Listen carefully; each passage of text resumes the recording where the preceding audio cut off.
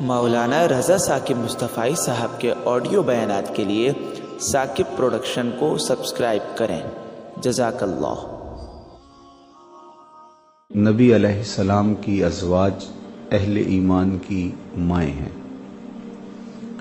تو حضرت سیدہ خدیجۃ الکبریٰ رضی اللہ تعالی عنہا کے ساتھ حضور علیہ السلام نے نکاح کیا جب آپ کی عمر پاک 25 برس تھی، اور حضرت خدیجۃ الکبریٰ رضی اللہ تعالی عنہا کی عمر پاک 40 سال تھی۔ 15 سال کا فرق، اور حضور نبی رحمت صلی اللہ علیہ وآلہ وسلم کا ایک بیوہ کے ساتھ نکاح کر کے دنیا کو میسج بھی دینا تھا، اور قیامت تک جو ذات رسالت مآب صلی اللہ علیہ وآلہ وسلم پر کھلنے والی زبانیں ہیں ان کو بھی بند کرنا تھا۔ اور اس کی آرزو اور اس کی تمنا جب حضرت خدیجۃ الکبریٰ رضی اللہ تعالی عنہا نے کی، اور اس کی وجہ یہ تھی کہ انہوں نے جب حضور کی دیانتداری کو، حضور علیہ السلام کی شرافت کو اپنے غلام میسرہ کے ذریعے سے سنا، تو اس نے چاہا کہ ایسا شخص جو دیانت و شرافت کے اس مرتبے پہ فائز ہے، میں اس کی خدمت زندگی کا شعار بناؤں، چونکہ وہ ایک ایسی خاتون تھی جن کے والد گرامی بہت ساری دولت چھوڑ کر کے چلے گئے، اور ان کو یہ سارا کاروبار سنبھالنا پڑا۔ خدیجہ بنت خویلد، یہ خویلد ان کے والد گرامی تھے، بلکہ میں اگر یوں کہوں کہ چوتھی پشت میں حضور علیہ السلام کا اور حضرت خدیجہ کا نسب جمع ہوتا ہے۔ حضرت خدیجہ کے والد ہیں حضرت خویلد، ان کے والد ہیں اسد، اور ان کے والد ہیں عبد العزیٰ، اور ان کے والد ہیں قصی، اور ادھر حضور علیہ السلام کے والد ہیں حضرت عبداللہ، اور ان کے والد گرامی ہیں حضرت عبد المطلب، اور ان کے والد گرامی ہیں حضرت ہاشم، اور ان کے والد گرامی ہیں حضرت قصی۔ تو گویا چوتھی پشت میں حضور علیہ السلام کے جد امجد اور حضرت خدیجۃ الکبریٰ کے جد امجد ایک ہیں۔ تو ایک شریف قبیلہ تھا، عالی مرتبت خاندان تھا، مکے کی متمول خاتون تھی، اور بیوگی کی زندگی بسر کر رہی تھی، اور انہیں اب نکاح کی آرزو نہیں تھی۔ زیادہ وقت ذکر و فکر میں گزارتی، حرم کے صحن میں آ جاتی، اور اپنے کاروبار میں مصروف رہتی۔ آپ کی شرافت، نجابت، پاک دامنی کی وجہ سے آپ کا لقب اس زمانے میں بھی خدیجہ طاہرہ کے نام سے معروف تھا، کہ پاک دامن پاک باز خاتون۔ آپ کا پہلا شوہر ابو حالہ، ان سے 2 بیٹے، اور پھر دوسرے شوہر سے ایک بیٹی ہند کے نام سے موجود تھی۔ پہلے شوہر کے 2 بیٹوں میں سے حالہ انتقال کر گئے تھے، لیکن ہند وہ موجود تھے، اسی وجہ سے آپ کو ام الہند کہا جاتا ہے۔ اور یہ ایمان لائے آپ کے ساتھ ہی، اور صحابیت کے شرف سے مالا مال ہوئے۔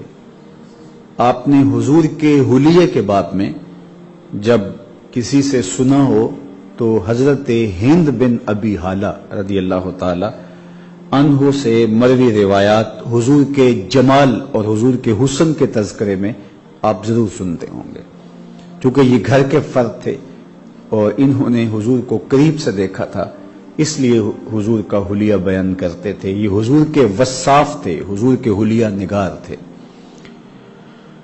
تو نفیسہ نامی ایک خاتون کے ذریعے سے انہوں نے حضور علیہ السلام کو پیغام نکاح بھیجا۔ جب میسرہ نے بتایا سفر شام میں حضور علیہ السلام کی عادات کریمہ کا، حضور کی شرافت و نجابت، حضور کی دیانتداری، معاملہ فہمی، تو یہ کہنے لگی کہ میں اگرچہ بڑے بڑے قریش کے سرداروں کا پیغام نکاح آیا ہے، میں نے مسترد کر دیا، میری یہ آرزو نہیں ہے کہ اب نکاح کی بندھن میں بندھوں، لیکن میں اس شخص کی نوکری کروں گی۔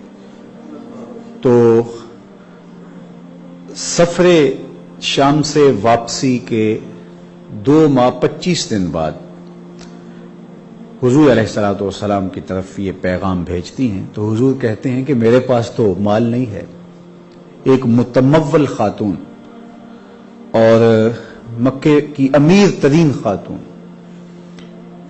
اور میں تو بظاہر مال و زر سے خالی ہوں، تو یہ کیسے ہوگا؟ تو انہوں نے کہا کہ اس کی فکر نہیں ہے۔ پھر رشتہ طے ہو گیا، تو حضرت خدیجۃ الکبریٰ رضی اللہ تعالی عنہا نے نکاح کے بعد اپنا سارا مال حضور کے قدموں میں دے دیا۔ عمومی طور پہ یہی ہوتا ہے کہ جب نکاح ہوتا ہے تو شوہر بیوی کو مال دیتا ہے، زیور پہناتا ہے، تحائف دیتا ہے، لیکن حجلہ عروسی میں یہ تاریخ پہلی بار رقم ہوئی کہ بیوی نے سارا مال حضور کے قدموں پہ نچھاور کیا، تو آقا کریم علیہ السلام نے تقویت دین کے لیے وہ سارا مال خرچ کیا۔ تو یہ بات کہی جا سکتی ہے کہ اسلام کی اشاعت میں، اسلام کی تبلیغ میں، اسلام کے فروغ میں حضرت خدیجۃ الکبریٰ رضی اللہ تعالی عنہا کے مال نے جو کام کیا وہ تاریخ کا ایک انوکھا باب ہے۔ خیر، رشتہ طے ہو گیا، میں عرض کر رہا تھا۔ تو پھر حضرت حمزہ حضور کے چچا اور حضور کے چچا جناب ابو طالب اور خاندان کے دیگر بزرگ حضرت خدیجۃ الکبریٰ رضی اللہ تعالی عنہا کے گھر پہنچتے ہیں، اور ادھر سے ان کے خاندان کے معزز لوگ جمع ہوتے ہیں۔ پھر نکاح ہوتا ہے۔ نکاح کے موقع پر حضور کے چچا جناب ابو طالب نے جو خطبہ پڑھا، میں اس کے صرف 2-3 جملے آپ کے سامنے رکھنا چاہتا ہوں، جس سے آپ کے سینے ٹھنڈے ہوں گے، آپ کی روح کو قرار ملے گا اور آپ تسکین پائیں گے، اور حضور کی نعت اور حضور کا قصیدہ سن کے اہل ایمان کو یقیناً ٹھنڈ ہی پڑتی ہے۔ تینو سینے دی میں ٹھنڈ آکھاں، شہد گلاب تے کھنڈ آکھاں، تینو نبیاں دا میں لاڑا آکھاں، تیرے ہجر دے وچ میں ہاڑا آکھاں۔ اب دیکھیے یہ 2-3 جملے سن لیجئے حضور علیہ السلام کے نکاح کے موقع پہ جو خطبہ ہوا ہے۔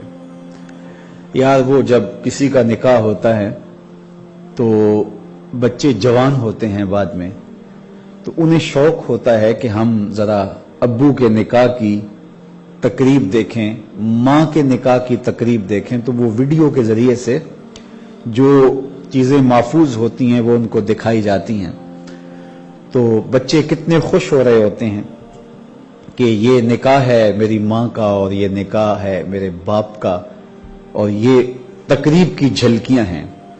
میں تمہیں تمہاری ماں کے نکاح اور تمہارے روحانی باپ کے نکاح کی تقریب کی جھلکیاں دکھانے جا رہا ہوں، تمہارا سینہ کیوں ٹھنڈا نہیں ہوگا؟ ام المومنین کا نکاح ہوا میرے اور آپ کے آقا و مولا حضور ختمی المرتبت صلی اللہ علیہ وآلہ وسلم کے ساتھ، تو ذرا اس نکاح کے خطبے کی جھلکیاں ملاحظہ کر لیجئے۔ تو حضور کے چچا نے جو خطبہ پڑھا، امام صالحی نے یہ ابو الحسین بن فارس وغیرہ سے یہ خطبہ روایت کیا ہے. اس کے صرف 3-4 جملے میں نے عرض کیا تھا. انہوں نے خطبہ پڑھا، اللہ کی حمد بولی اور پھر کہا کہ ہمارا خاندان قریش کتنی عظمتوں کا حامل خاندان ہے، اور پھر اس کے بعد خاندانی وجاہت کو، عظمت کو بیان کرنے کے بعد اب خطبے کا عنوان حضور تک جب پہنچا تو انہوں نے کہا سما انا ابن اخی ھذا محمد بن عبداللہ، کہا کہ اس کے بعد میرا یہ بھتیجا محمد بن عبداللہ لا یوزن بہ رجل بہ شرفا و نبلا و فضلا و عقلا، کہا کائنات کے سارے لوگوں کو لا کے ترازو میں رکھ دو، عقل میں، شرف میں، وقار میں، عظمت میں کوئی شخص بھی اس کے جوڑ کا نہیں ہے. یہ حضور کے نکاح پر حضور کی عظمت کا خطبہ پڑھا جا رہا ہے کہ اگر وزن کیا جائے تو پوری کائنات کے اندر کوئی شخص اس کے وزن کا آپ کو نہیں ملے گا. وَإِنْ كَانَ فِي الْمَالِ قِلَةٌ، اگرچہ مال ان کے پاس نہیں ہے، لیکن فَإِنَّ الْمَالَ ظِلٌّ زَائِلٌ وَأَمْرٌ حَائِلٌ، اس لیے کہ مال تو ایک ڈھلتا ہوا سایہ ہے اور ایک ختم ہو جانے والی چیز ہے اور نہ رہنے والا ایک سرمایہ ہے جو بالآخر ختم ہو جاتا ہے. لیکن انسان کا شرف، انسان کی عظمتیں دم نہیں توڑتی، انسان کی اقدار دم نہیں توڑتی. تو کہا کہ وہ ہمارے پنجابی میں کہتے ہیں کہ کار نہیں دیکھا جاتا، ور دیکھا جاتا ہے. تو کہا کہ گھر نہ دیکھو، ور دیکھو. کائنات کے اندر کوئی محمد جیسا ہے تو لاؤ.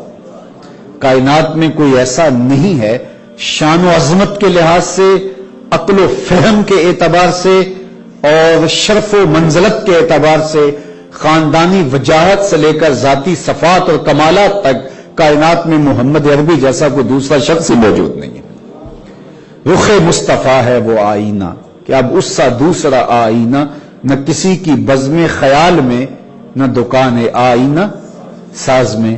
یا دوسرے لفظوں میں انہوں نے یہ کہا حسنت جمیع خصالہ صلو علیہ وآلہ.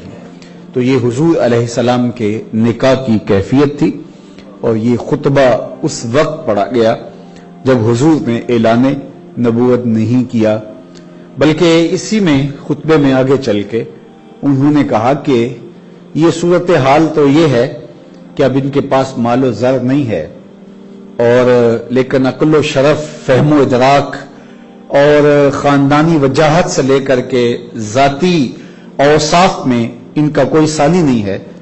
لیکن ایک وقت آنے والا ہے کہ تم دیکھو گے. اس کا سادہ مفہوم یہ ہے کہ آج تو تم دیکھ رہے ہو کہ ان کے پاس مال و زر نہیں ہے، یہ کیا ان کے غلاموں کے قدموں میں کیسر و کسرا کے خزانے پڑے ہوں گے. بوریا ممنون خواب راحتش تاج کسرا زیر پائے امتش. اقبال نے کہا خود تو بوریے پہ لیٹتے رہے لیکن کیسر و کسرا کے تاج امت کے قدموں تلے ڈال گئے. شش جہت روشن زتاب روئے تو ترکو تاجی کو عرب ہندوئے تو گردے تو گردد حریم کائنات از تو خواہم یک نگاہ التفات. تو حضور کی عظمتیں، حضور کی رفعتیں اس موقع پہ بیان کی اور کہا کہ شرف و عظمت میں ان کا کوئی ثانی نہیں ہے. تو حضور علیہ السلام کا حضرت خدیجہ الکبریٰ رضی اللہ تعالی عنہا سے نکاح ہوا. اور یہ بات ذہن میں رکھیں کہ متمول ہونے کے باوجود، ملکہ عرب ہونے کے باوجود، حضرت خدیجہ الکبریٰ رضی اللہ تعالی عنہا نے حضور کی ذاتی طور پہ خدمت کی. اور جس طرح سے حضور کی خدمت کی، میرے رب کو وہ انداز اتنا پسند آیا کہ حضور غار حرا پہ تھے اور دن زیادہ گزر گئے، حضور واپس نہیں آئے. تو حضرت خدیجہ الکبریٰ رضی اللہ تعالی عنہا نے، ام المومنین نے کوئی کھانا تیار کیا اور برتن میں اس کو رکھا اور سر پہ رکھا اور اپنے گھر سے چل کے 2.25 کلومیٹر کا فاصلہ ہے جبل فاراں کا، وہاں تک پہنچی اور پھر اس سامان کو اٹھا کر کے غار حرا کی طرف سفر کیا تو جبریل حاضر خدمت ہوئے اور کہا محبوب آپ کی زوجہ آ رہی ہیں اور ان کے پاس جو برتن ہے اس میں کچھ کھانے کی چیزیں ہیں، آپ کے لیے کچھ تیار کر کے لائی ہیں، تو میں رب کا سندیشہ لے کر آیا ہوں، رب کا پیغام لے کر آیا ہوں کہ جب آپ کی زوجہ آپ کے پاس پہنچے تو رب کا سلام کہہ دینا۔ اور پھر حضرت جبریل نے عرض کی یا رسول اللہ میرا سلام بھی کہہ دینا۔ اور جب حضرت خدیجۃ الکبریٰ پہنچی تو حضور نے کہا کہ تمہیں رب سلام کہتا ہے اور جبریل بھی سلام کہتے ہیں، تو کہا کہ وہ تو سلام ہے، خود سلام ہے، اور جبریل کو بھی سلام ہو، اور حضور آپ پر بھی سلامتیاں نازل ہوں اور اللہ کی رحمتوں کا نزول ہو۔ تو اللہ کی رحمات کا نزول ہوتا ہے اور میرا رب رب ہو کے سلام کہتا ہے آپ کو، اس لیے کہ آپ کی ادائیں اللہ کو پسند ہیں۔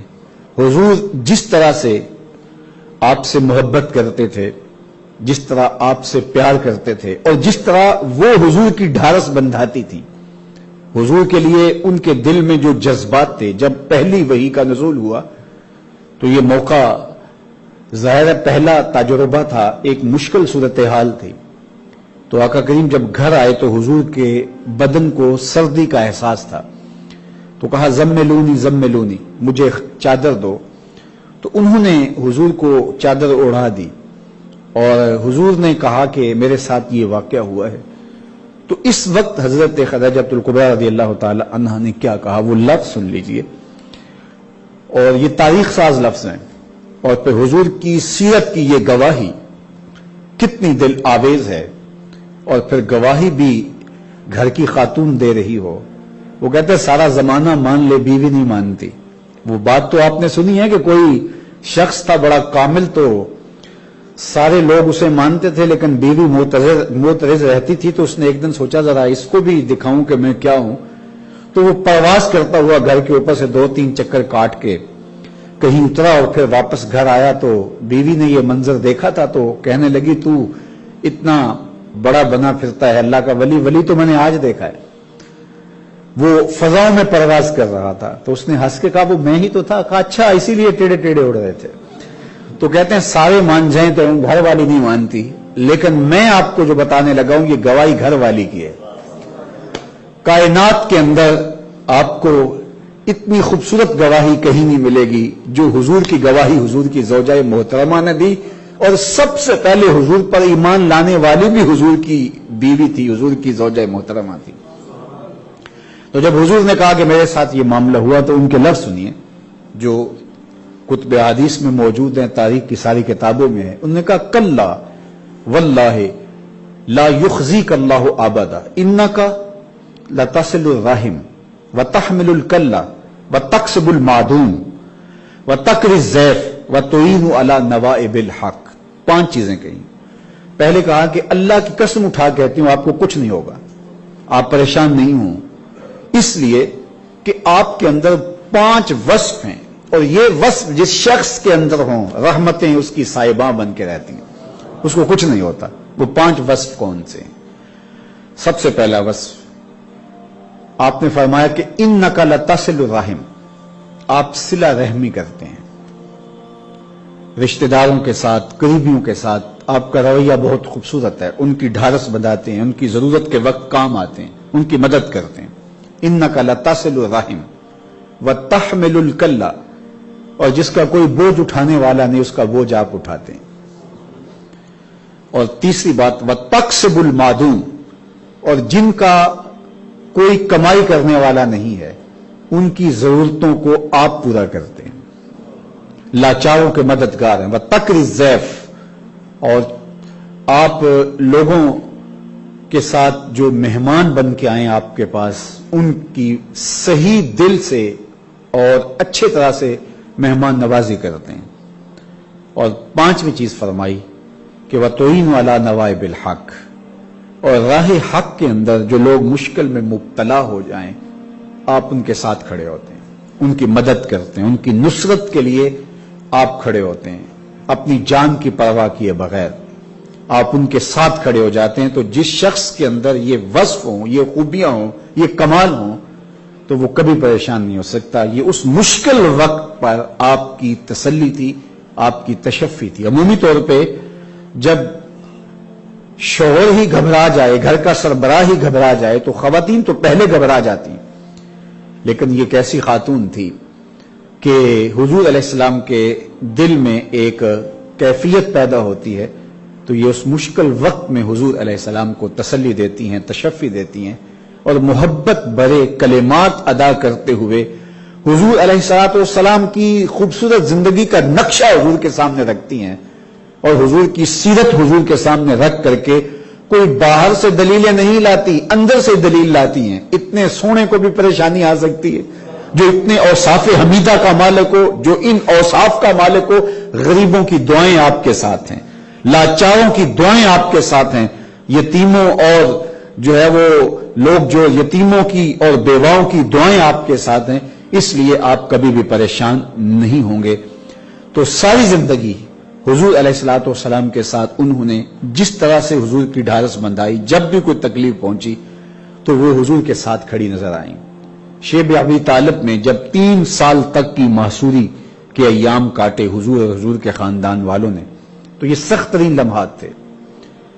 تو حضرت خدیجہ الکبریٰ رضی اللہ تعالیٰ عنہ نے ان ایام کے اندر بھی خاص طور پہ حضور کا ساتھ اس طرح سے نبھایا کہ تاریخ کا انوکھا باب ہے. یہ وہ سخت ترین لمحے تھے کہ بعض اوقات کھانے کے لیے کچھ نہیں ہوتا تھا، درختوں کے پتے کھا کے پیٹ کی آگ بجھانا پڑتی تھی. وہ نہ یہاں کوئی غلہ پہنچنے دیتے، نہ پانی پہنچنے دیتے. مشکل ترین حالات تھے. اور یہ 2 4 5 دن کی کہانی نہیں تھی، یہ 3 سال کی مسلسل کہانی تھی. لیکن اس کو کاٹا اور خندہ پیشانی کے ساتھ کاٹا. لیکن بہرحال تکلیف تو تکلیف تھی. تو ان کی صحت ان ایام کے اندر تیزی کے ساتھ گر گئی. اور اسی سال ہی جب شیب ابی طالب سے باہر نکلے چند ماہ بعد ہی 10 رمضان المبارک کو آپ کا وصال ہو گیا. اور پھر آقا کریم علیہ السلام نے اتنا صدمہ کیا، حضور کی مبارک طبیعت پہ اتنا بوجھ آیا کہ اس پورے سال کو عام الحزن کے نام سے حضور نے منایا. غم کا سال. حضور علیہ السلام کی زوجہ محترمہ بھی اسی سال انتقال کر گئی اور حضور کے شفیق چچا بھی اسی سال انتقال کر گئے. تو اس سال کو عام الحزن قرار دیا. پہلے تو دکھ پہنچتے تھے، تکلیفیں آتی تھیں تو چچا ساتھ کھڑے ہو جاتے تھے. یا ابن اخی کل ما اجبتا، اے میرے بھائی کے بیٹے جو تیرے من میں آتا کرو، میں تمہارے ساتھ ہوں.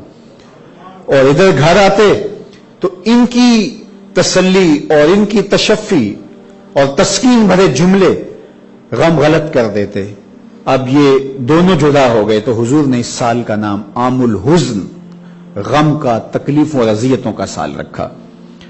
اور اس کے بعد پھر آقا کریم علیہ السلام نے حضرت سودا سے نکاح کیے. جب تک حضرت خدیجہ الکبریٰ موجود رہی حضور نے دوسرا نکاح نہیں فرمایا. اور کبھی ایسا نہیں ہوا تھا کہ حضور ان کا ذکر نہ کریں. ام المومنین حضرت سیدہ عائشہ رضی اللہ تعالی عنہا ان کے وصال کے 3 سال بعد حضور کے حجلہ نکاح میں آتی ہیں تو فرماتی ہیں میں نے تو ان کو دیکھا بھی نہیں تھا، لیکن کبھی کسی خاتون پر، حضور کی کسی زوجہ پر، حتیٰ کہ وہ ازواج بھی جو میرے ساتھ ہوتی، مجھے ان پر بھی کبھی رشک نہیں آیا تھا سوائے حضرت خدیجہ الکبریٰ کے. حضور کثرت کے ساتھ ان کا ذکر کرتے اور جانور لاتے، ذبح کرتے اور گوشت کے ٹکڑے حضرت خدیجہ الکبریٰ رضی اللہ تعالی عنہا کی سہیلیوں کے گھروں میں بیچتے. کبھی کوئی تحفہ آتا تو حضور اس کا ایک حصہ ان کی سہیلیوں کے لیے جو ہے وہ مختص کر دیتے، ان کو بھجوا دیتے، یہ فلاں کو دے آؤ، یہ فلاں کو دے آؤ. تو کہتے ہیں کثرت سے ذکر کرتے. تو ایک دن میں نے کہا، میرا ان سے جو رشتہ تھا، میں نے کہا حضور آپ تو ان کا ایسے ذکر کرتے ہیں جس طرح کائنات میں کوئی اور عورت تھی ہی نہیں. تو میرے اور آپ کے آقا و مولا نے فرمایا ہاں وہ ہی تھی، وہ ہی تھی. جب پورے مکے نے میرا انکار کیا اس نے میرا اقرار کیا. جب پورے لوگ میرے مخالف ہو گئے، پتھر لے کر آ گئے اور وہ میرے ساتھ کھڑی ہو گئی، چٹان بن کے کھڑی ہو گئی. اپنا مال میرے قدموں میں نچھاور کر دیا. اور جس طرح محبت پیش کی یہ کائنات کا انوکھا باب ہے. تو فرمایا کہ میں نے پھر ان کے بارے میں کبھی بات نہیں کی ہے. تو یہ ان کے لیے حضور علیہ الصلوۃ والسلام کی محبت تھی. ایک دن حضور نے 4 لکیریں زمین کے اوپر کھینچی اور صحابہ نے پوچھا کہ یہ کیا ہے؟ تو فرمایا کہ یہ 4 افضل ترین عورتیں، ان کی کہانی تو میں سنانے لگا. تو آگے نے فرمایا افضل ترین عورتیں اس کائنات کی خدیجہ بنت خویلد ہے، فاطمہ بنت محمد ہے، مریم بنت عمران ہے، اور آسیہ امرا فرعون کی بیوی، جو اس محل میں رہ کر کے بھی ایمان کے چراغ کو بجھنے نہیں دیتی. تو کہا کہ یہ کائنات کی افضل اور اشرف ترین خواتین ہیں، سیدات نساء العالمین. کائنات کے اندر ان کو جو شرف دیا گیا، جو مقام دیا گیا، یہ انہی کا مقسوم ہے. حضور کی ساری اولادیں سوائے حضرت ابراہیم کے حضرت خدیجۃ الکبریٰ کے بطن سے ہوئی ہیں. حضرت ابراہیم مدنی زندگی میں حضرت ماریہ قبطیہ ام المومنین سلام اللہ علیہا کے بطن سے ہوئے، اور باقی حضور کے 2 صاحبزادے حضرت قاسم، جن کے نام کی وجہ سے حضور کی کنیت ابو القاسم ہے، اور حضور کے دوسرے فرزند حضرت عبداللہ، جن کو طیب و طاہر بھی کہا جاتا ہے، یہ دونوں بچپن میں انتقال کر گئے. حضرت ابراہیم نے تھوڑی سی عمر پائی، لیکن وہ بھی بچپن میں ہی انتقال کر گئے. اور آقا کریم علیہ السلام نے فرمایا بھی وہ دودھ پیتے تھے، فرمایا اس کا بقیہ دودھ جو ایام رضاعت کے اندر فوت ہو گیا، ابھی دودھ پورا نہیں کیا تھا، تو بقیہ دودھ جنت میں حوریں پلائیں گی. اور کہا کہ اگر میرا بیٹا ابراہیم زندہ ہوتا تو وہ نبی ہوتا، لیکن حضور کے بعد چونکہ نبوت کا دروازہ بند کر دیا گیا ہے، اور باقی نبیوں کو یہ اعزاز دیا گیا کہ ان کے بیٹے بھی نبی ہوئے. کتنے نبی ہیں جن کی اولادیں بھی نبی ہوئیں؟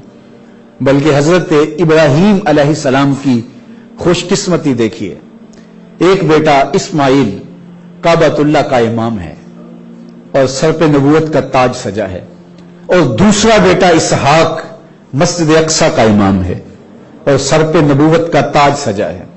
اسماعیل کی اولاد سے حضور آتے ہیں، اور حضرت اسحاق کی اولاد سے نبیوں کا سلسلہ تو ذہب ہے. یار کائنات میں کوئی ایسا خوش نصیب باپ ہوگا جس کے 2 بیٹے نبی ہوں، اور ایک کعبۃ اللہ کا امام ہو، دوسرا مسجد اقصی کا امام ہو. آپ کے پاس تیز رفتار سواری تھی تو کبھی آپ مسجد اقصی میں آتے اور الخلیلیہ میں جو ہے وہ آپ رہائش رکھتے، اور کبھی آپ مکہ المکرمہ میں آتے اور مسفلہ میں آپ کی رہائش ہوتی. یہ حضرت ابراہیم یہاں رہائش رکھتے تھے جب بھی مکہ المکرمہ میں آتے. تو کبھی ادھر جاتے اور کبھی ادھر جاتے. دونوں بیٹے امام بھی ہیں اللہ کے پاکیزہ گھروں کے، اور دونوں بیٹے پیغمبر بھی ہیں. تو کتنے نبی ہوئے جن کی اولادیں نبی ہیں، جن کے باپ نبی، جن کے بھائی نبی، جن کے بیٹے نبی. لیکن حضور در یتیم ہیں، حضور کا کوئی بھائی نہیں ہے. نبیوں کے بھائی ہوئے ہیں، حضور کا بھائی ہوتا اور نبی نہ ہوتا بھائی نہیں ہے. باقی نبیوں کے بیٹے نبی ہوئے، حضور کا بیٹا ہوتا اور نبی نہ ہوتا کوئی بیٹا اس عمر تک پہنچا ہی نہیں ہے. تو یہ ختم نبوت کی دلیل ہے کہ اگر کسی نے نبی ہونا ہی ہوتا حضور کے بعد تو حضور کا صاحب زیادہ ہوتا، نبی زیادہ نبی ہوتا. تو یارو جب اللہ نے اس کو منظور نہ کیا کہ میرے محبوب کے بعد محبوب کا بیٹا بھی نبی نہیں ہو سکتا، تو کوئی آنکھوں سے کانا نبی ہو سکتا ہے؟ تو جب رسول اللہ کا فرزند بھی نبی نہیں ہے، شہزادہ رسول بھی نبی نہیں ہوا، اور اللہ نے ان کو بھی اٹھا لیا، آقا کریم علیہ الصلوۃ والسلام کی آنکھوں کی ٹھنڈک، دل کا قرار اور روح کا چین. اور وہ لمحے کتنے دردناک تھے جب حضرت ابراہیم کا انتقال ہوا اور حضور ان کے سدھانے تھے. وَعَيْنَا رسول اللہ تذرفان، حضور کی آنکھوں میں آنسو تھے. اور آقا کریم نے فرمایا بیٹا دل غم زدہ ہے، آنکھیں رو رہی ہیں، لیکن زبان سے وہی کہوں گا جس سے رب راضی ہوگا. تو حضور کے بعد نبوت کا دروازہ بند کر دیا گیا. پس خدا بر ما شریعت ختم کر، بر رسول ما رسالت ختم کر. تو ساری اولاد حضور کی ام المومنین حضرت خدیجۃ الکبریٰ رضی اللہ تعالی عنہا کے بطن پاک سے ہے، سوائے حضرت ابراہیم کے. تو حضور کثرت سے ان کا ذکر کرتے، ان کی گفتگو کرتے، اور ان کے لیے محبت کے جو بے پناہ جذبات اور سینے کے اندر جو ایک محبت کا جہاں آباد تھا وہ زمانے نے دیکھا، تو اللہ تعالیٰ جل شانہ نے حضرت سیدہ پاک سلام اللہ کو وہ شان، وہ عظمت، وہ رفعت اور وہ مرتبہ و مقام دیا جو انہی کا مقسوم ہے، انہی کی خاص شانیں ہیں اور انہی کا رتبہ عالیہ ہے، اور وہ خواتین کی، جنتی خواتین کی سردار ہیں، عزتوں کے ظرف پر ہیں، اور وہ شان حضور کے صدقے ملی، بلکہ ہر زوجہ محترمہ کو ام المومنین کا شرف نصیب ہوا حضور کے دم سے، اور میرے رب نے کہا یا نساء النبی لستن کاحد من النساء، اے نبی کی بیوی ہو تم عام عورتوں کی طرح نہیں ہو، تم جب محمد عربی کے لڑ لگ گئی ہو، ان سے تمہارا رشتہ ازدواج قائم ہو گیا ہے، تو تم عام عورتوں کی طرح نہیں ہو۔ یار جب حضور سے رشتہ ازدواج قائم ہونے سے ازواج مطہرات عام عورتوں کی طرح نہیں ہو سکتی ہیں، تو پھر امام الانبیاء کی شان کا عالم کیا ہوگا، ان کی عفتوں کا عالم کیا ہوگا، ان سے نسبت عزت کی اس مسند پہ بٹھاتی ہے کہ جو انہی کی نسبت کا مقسوم ہے۔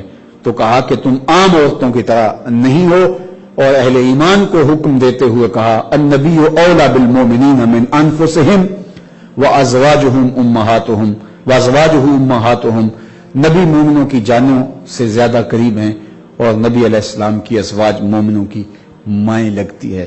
تو آج 10 رمضان المبارک کو ام المومنین حضرت خدیجہ الکبریٰ رضی اللہ تعالی عنہا کا تذکرہ کر کے ہم اپنے قلب کی تسکین اور باطن کے قرار کا سامان کرتے ہیں۔ یقیناً اولادوں کو ماؤں کے تذکرے خوشی دیتے ہیں اور سرشاریوں کا سبب اور ذریعہ ہوتے ہیں۔ نبی علیہ السلام ہمارے روحانی باپ ہیں۔ آقا کریم علیہ السلام نے ارشاد فرمایا انما انا لکم مثل الوالد، میں تمہارے لیے باپ کی جگہ پر ہوں۔ نسبی باپ کی نفی کر دی ما کان محمد ابا احد من رجالکم ولکن رسول اللہ وخاتم النبیین، کہ تم مردوں میں سے کسی کے باپ نہیں ہے، یہاں نسبی باپ کی نفی ہے، لیکن روحانی باپ تو حضور ہمارے ہیں، تبھی تو حضور کی ازواج ہماری مائیں قرار پائیں۔ تو لیکن اس آیت کریمہ میں ذرا تھوڑا سا غور کر لیجئے، یہ نہیں کہا کہ نبی تمہارے باپ ہیں اور نبی کی ازواج تمہاری مائیں ہیں۔ جب نبی علیہ السلام کی ازواج ہماری مائیں لگیں تو لا محالہ طور پہ نبی ہمارے باپ لگے نا، اور حضور نے دوسرے مقام پہ فرمایا بھی انما انا لکم مثل الوالد، میں تمہارے لیے باپ کی جگہ پہ ہوں۔ تو یہاں ازواج مطہرات جو مومنین کی مائیں ہیں وہ روحانی مائیں ہیں، تو وہ روحانی مائیں ہیں تو پھر نبی بھی روحانی باپ ہوا نا۔ تو پھر یہ کیوں نہیں کہا گیا کہ نبی تمہارے باپ لگتے ہیں اور نبی کی ازواج تمہاری مائیں لگتی ہیں، یہ نہیں کہا گیا، بلکہ کہا گیا النبی اولا بالمومنین من انفسہم وازواجہ امہاتہم، نبی تمہاری جانوں سے تمہارے زیادہ قریب ہیں اور نبی کی ازواج تمہاری مائیں لگتی ہیں۔ تو یہاں ازواج کو ماں کہہ دیا تو نبی علیہ الصلوۃ والسلام کو باپ کیوں نہیں کہا گیا؟ تو اس پر بہت کچھ کہا جا سکتا ہے، لیکن میں صرف ایک بات کہہ کے اپنی گفتگو کو سمیٹتا ہوں، اور اگر آپ کی توجہ ہو تو یہ یقیناً آپ کو بہت تسکین دے گی بات۔ ماں کا جو اولاد کے ساتھ ربط باطن ہوتا ہے، رشتہ محبت ہوتا ہے، وہ باپ سے بڑھ کے ہوتا ہے۔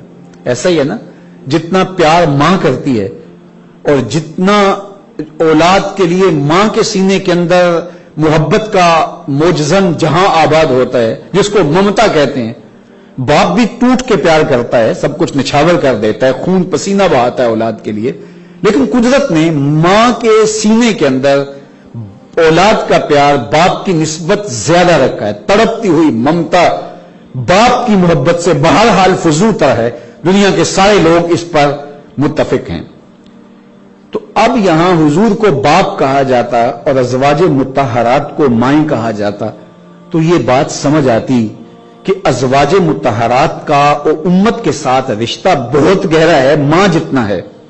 تو نبی علیہ السلام کا رشتہ بھی بہت ہے لیکن وہ باپ جتنا ہے، لیکن ایسا نہیں کہا نبی کا امت کے ساتھ پیار دیکھ کر کے ازواج مطہرات کا جو رشتہ امت کے ساتھ پیدا ہو گیا وہ ماں جیسا ہے، تو پھر نبی کا کیسا ہوگا؟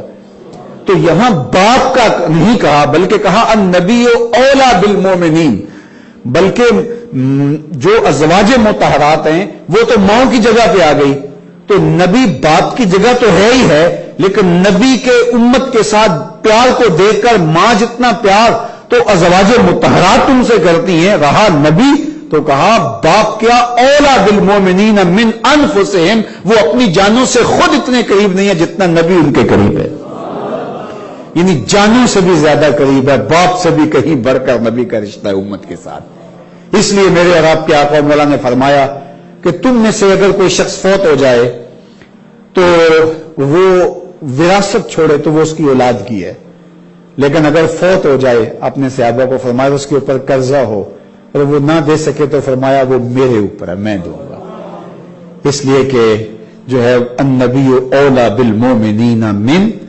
انفسہم، مومنوں کی جانوں سے زیادہ قریب ہے۔ تو یار جب نبی علیہ السلام امت کو اتنا پیار دیتے ہیں کہ اہل ایمان کی جانوں، اولا بمعنی اقرب، زیادہ قریب، جب اہل ایمان کو نبی علیہ السلام اتنی محبت دیتے ہیں کہ جانوں سے زیادہ اہل ایمان کے حضور قریب ہیں، تو پھر ہمیں اس کے تقاضے کو سمجھنا چاہیے، اور یقیناً یہ امت اس کے تقاضوں کو سمجھتی ہے۔ دنیا کے اوپر کتنی امتیں آئیں، کتنی قومیں آئیں، کتنے کتنے بڑے بڑے لیڈر ہوئے، ان کے ماننے والے ان کے لیے جو محبت کے جذبات رکھتے ہیں بڑے مثالی ہوں گے، لیکن صدیاں بیت گئیں، کائنات کے اندر حضور کے لیے جو امت کے سینے میں پیار ہے کائنات میں ایسا کسی نے کسی کا دیکھا ہی نہیں ہے۔ حافظ شیرازی نے کہا تھا اپنے محبوب سے کہ زمانے میں جتنا پیار میں کرتا ہوں تیرے سے اتنا کوئی نہیں کرتا، اپنے محبوب سے کہتے ہیں کہ جتنی محبت میں تم سے کرتا ہوں اتنی کوئی نہیں کرتا، اور اس کے بعد کہتا ہے اس لیے کہ تیرے جیسا زمانے میں سونا بھی تو کوئی نہیں ہے، چونکہ جو عشق اور محبت کی گرمی ہوتی ہے وہ حسن کی فراوانی کی وجہ سے ہوتی ہے، جتنا حسن فزوں تر ہو اتنی ہی آتش عشق میں حرارت اور گرمی پیدا ہوتی ہے۔ تو کائنات کے اندر اگر بلال جیسا عاشق نہیں تو محمد جیسا سونا بھی تو کوئی نہیں ہے، ابو بکر عمر جیسا عاشق نہیں ہے تو محمد عربی جیسا سونا بھی تو کوئی نہیں ہے۔ اور پھر کائنات میں جتنا پیار حضور نے اپنے غلاموں کو دیا، جتنی محبت حضور نے اپنے غلاموں کو دی ہے، ساری ساری رات قیام کرتے ہیں اور امت کی بخشش کی دعائیں مانگتے ہیں، غار سجدہ کے نوکیلے پتھروں پہ پیشانی رکھ کے امت کے لیے روتے ہیں، ان کی مغفرت کی دعائیں مانگتے ہیں۔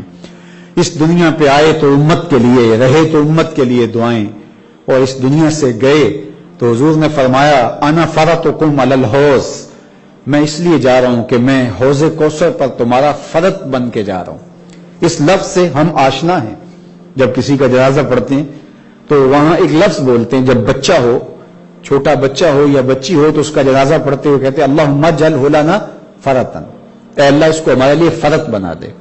تو فرط کیا ہے؟ قافلے کے اندر جو لوگ آگے آگے چلے اور قافلے کے پہنچنے سے پہلے جہاں قافلے نے پڑاؤ کرنا ہو، رکنا ہو، اس جگہ کو صاف کر کے ماحول اچھا بنا دیں کہ آنے والے قافلے کو کوئی تکلیف نہ پہنچے، تو ان افراد کو فرد کہا جاتا ہے جو قافلے سے بچھڑ کر پہلے آگے بڑھ کے جا کے ماحول کو صاف ستھرا بنا دیتے ہیں، ان کو فرد کہا جاتا ہے۔ تو میرے حضور نے فرمایا کہ میں پہلے اس لیے جا رہا ہوں کہ وہاں حوض کوثر کے جام بھر بھر کے رکھ دوں گا، میری امت آئے تو ان کو تکلیف نہ پہنچے۔ تو میرے اور آپ کے آقا و مولا ہمارے لیے فرط بن کے جا رہے ہیں، دنیا میں بھی رہے تو برکتوں کی ضمانت رہے، اور آخرت میں بھی گئے تو ہمارے لیے وہاں اللہ سے رحمتیں مانگ رہے ہیں۔ اللہ ہمیں حضور کی وفا کا نور عطا کرے۔